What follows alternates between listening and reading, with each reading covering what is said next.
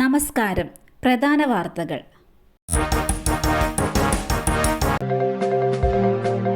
ബോട്ടിൽ കടലിൽ കുടുങ്ങിയ മത്സ്യത്തൊഴിലാളികളെ രക്ഷപ്പെടുത്തി. കോസ്റ്റൽ പോലീസും മറ്റ് മത്സ്യത്തൊഴിലാളികളും ചേർന്നാണ് ഇവരെ രക്ഷപ്പെടുത്തിയത്.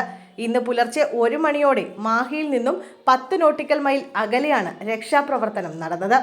നീലേശ്വരത്ത് നിന്ന് താനൂരിലേക്ക് പോവുകയായിരുന്ന ബോട്ടാണ് യന്ത്രത്തകരാർ മൂലം കടലിൽ കുടുങ്ങിയത്. മലപ്പുറം സ്വദേശികളായ നൌഫൽ, ജലാൽ എന്നിവരായിരുന്നു ബോട്ടിൽ ഉണ്ടായിരുന്നത്. ഇരുവരെയും ചികിത്സയ്ക്കായി തലശ്ശേരി ആശുപത്രിയിൽ പ്രവേശിപ്പിച്ചു. രക്ഷാപ്രവർത്തനത്തിന് പലപ്പോഴും കാറ്റ് വെല്ലുവിളിയായിരുന്നു.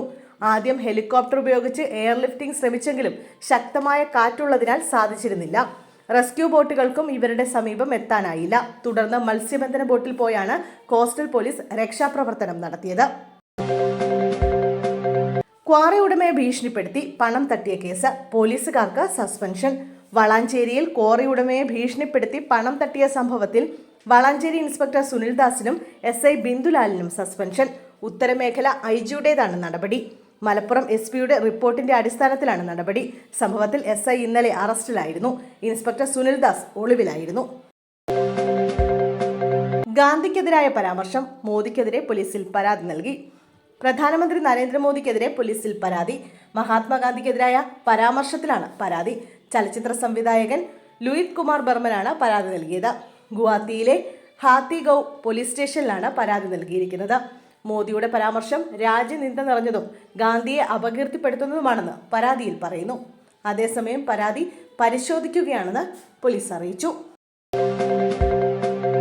ഡോക്ടർ സെബാസ്റ്റ്യൻ പോളിന്റെ ഭാര്യ ലിസമ്മ അഗസ്റ്റിൻ അന്തരിച്ചു. സംസ്ഥാന നിയമപരിഷ്കരണ കമ്മീഷൻ അംഗവും റിട്ടയർഡ് ജില്ലാ സെഷൻസ് ജഡ്ജിയുമായിരുന്ന ലിസമ്മ അഗസ്റ്റിൻ അന്തരിച്ചു. മുൻ MP ഡോക്ടർ സെബാസ്റ്റ്യൻ പോളിന്റെ ഭാര്യയാണ്. സംസ്കാരം ശനിയാഴ്ച രാവിലെ എറണാകുളം സെമിത്തേരി മുക്കിലെ സെന്റ് ഫ്രാൻസിസ് അസീസി കത്തീഡ്രൽ സെമിത്തേരിയിൽ നടക്കും. എറണാകുളം പ്രോവിഡൻസ് റോഡിൽ മൂഞ്ഞപ്പള്ളി കുടുംബാംഗമാണ്. ഈ ആഴ്ച 2 ദിവസം കേരളത്തിൽ തുള്ളിമദ്യം പോലും കിട്ടില്ല. 1-ാം തീയതിയും 4-ാം തീയതിയുമാണ് കേരളത്തിൽ സമ്പൂർണ്ണ ഡ്രൈ ഡേ ആക്കിയിരിക്കുന്നത്. 1-ാം തീയതി സ്ഥിരം ഡ്രൈ ഡേ ആയതിനാലും 4-ാം തീയതി ലോക്സഭാ തെരഞ്ഞെടുപ്പിന്റെ വോട്ടെണ്ണലായതിനാലുമാണ് സമ്പൂർണ്ണ മദ്യനിരോധനമുള്ളത്. ഈ 2 ദിവസവും സംസ്ഥാനത്തെ മുഴുവൻ മദ്യവിൽപ്പനശാലകളും അടഞ്ഞുകിടക്കും. നേരത്തെ ലോക്സഭാ തെരഞ്ഞെടുപ്പിനോടനുബന്ധിച്ചും കേരളത്തിൽ 2 ദിവസം മദ്യനിരോധനമുണ്ടായിരുന്നു.